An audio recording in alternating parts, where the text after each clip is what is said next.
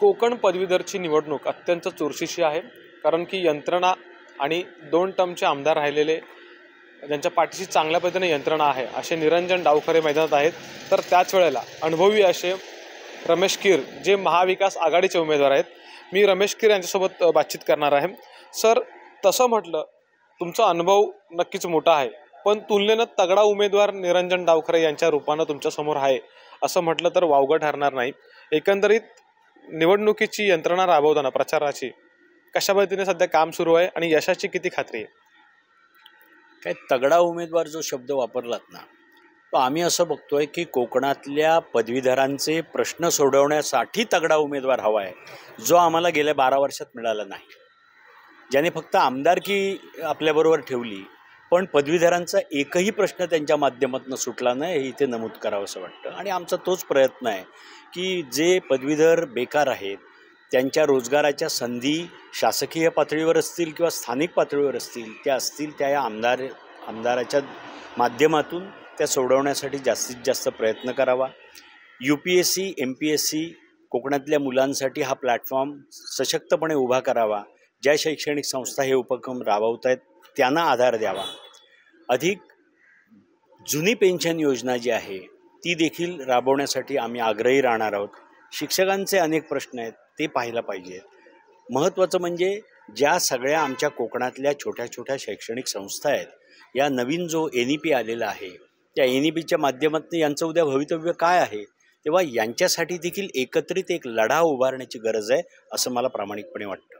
बरं, लोकसभा निवडणुकीत जर बघितलं तर महाविकास आघाडीला तसं यश कोकण पट्ट्यात मिळालेलं नाही आहे. आणि त्यानंतर येणाऱ्या ह्या निवडणुका ज्या आहेत कोकण पदवीधरच्या, त्या महत्त्वाच्या आहेत. तुलनेनं जर म्हटलं तर यंत्रणा आहे निरंजन डावखरे यांच्याकडे, कारण की यापूर्वी 2दा ते आमदार राहिलेले आहेत. आणि मुख्य बाब म्हणजे सरकार त्यांच्या पाठीशी आहे, राज्य सरकार. तसं म्हटलं म्हणजे देवेंद्र फडणवीस असतील किंवा इतर ज्या काही भाजपच्या यंत्रणा आहेत त्या सध्या कोकणात सक्षमपणे काम करतात. असं असताना प्लॅन्स कसे आहेत नेमकं या सगळ्या गोष्टींना टॅकल करण्यासाठी, किंवा याचं काही दडपण किंवा असं मनात काही चालू असतं का काही गोष्टींचं?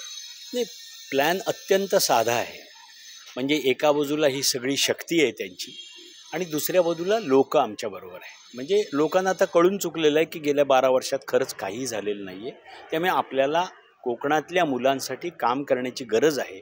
आणि म्हणून लोकांचा जो प्रतिसाद आहे, म्हणजे मतदारांचा जो प्रतिसाद आहे तो निश्चित वाखाणण्यासारखा आहे. आणि सगळ्यात महत्त्वाची गोष्ट, लोकसभेचा जरी तुम्ही संदर्भ दिला असला तरी देखील शिवसेनेची संपूर्ण कोकणातली यंत्रणा ही आजही खूप चांगली आहे, सशक्त आहे. याचा मी अनुभव गेले 6 महिने आम्ही जे एकत्रित काम करतो आहे त्यातून मला जाणवलेली आहे.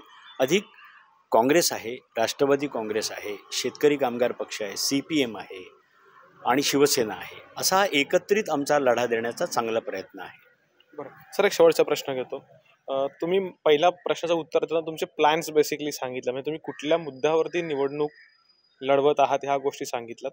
याच्यातून प्रश्न हाच उपस्थित राहतो की हे सगळं उद्या निवडणुकीच्या निकालानंतर निकाल जरी तुमच्या बाजूनं लागला तर त्यानंतर ह्या सगळ्या गोष्टी पूर्ण करण्यासाठी रमेश कीर पदवीधर म्हणजे कोकण पदवीधरचे जे उमेदवार असणार आहेत, एक प्रतिनिधी असणार आहेत, त्यांचा रोड मॅप कसा असणार आणि किती दिवसामध्ये सगळ्या गोष्टी किंवा प्लॅन्स कसे राहणार या सगळ्या गोष्टी पूर्ण करण्यासाठी? नाही, प्रश्न चांगला आहे, पण मुळात असं आहे की मी काय म्हटलं की गेल्या 12 वर्षात या विषयांकडे बघितलेलंही नाही आहे, ढुंकूनही बघितलेलं नाही आहे. त्यामुळे रोडमॅप म्हणजे काय, तर आम्ही काय नेमकं करणार आहोत ते आम्ही सांगतो. अर्थात ते 1 दिवसात होईल, 1 महिन्यात होईल असं नाही, पण त्याची सुरुवात तर कोणीतरी करणं गरजेचं आहे. आणि ती सुरुवात या विशिष्ट ध्येय समोर ठेवून करण्याची गरज आहे.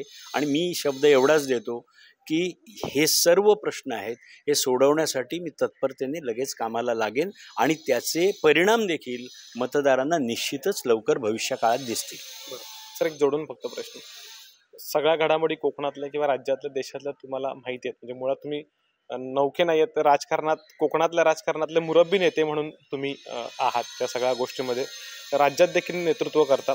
विजयाची आशा तुम्हाला या सगळ्या गोष्टींमध्ये कितपत वाटते आणि कोकण पदवीधरमधनं जे मतदार असणार ते किती पाठीशी राहतील अशी आशा आहे तुम्हाला?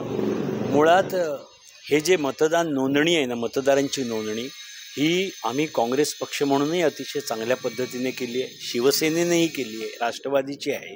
ही एकत्रित जर आमची बेरीज बघितली, फक्त 26 तारखेला या सर्वांना मतदानासाठी प्रवृत्त करणं आणि मतदान करून घेणं एवढीच प्रक्रिया आमच्या दृष्टीने शिल्लक आहे.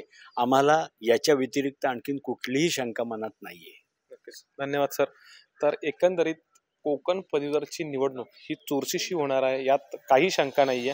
कारण की रमेश कीर महाविकास आघाडीचे असलेले उमेदवार, त्यांचा अनुभव हा अगदी दांडगा आहे आणि त्या अनुभवाच्या जोरावरती अर्थात महाविकास आघाडीची यंत्रणा या जोरावरती विजय नक्की मिळेल असा विश्वास रमेश कीर यांनी व्यक्त केलेला आहे. कॅमेरामन महबूब शेखसह अमोल मोरे, एबीपी माझा, रत्नागिरी. एबीपी माझा, उघडा डोळे बघा नीट.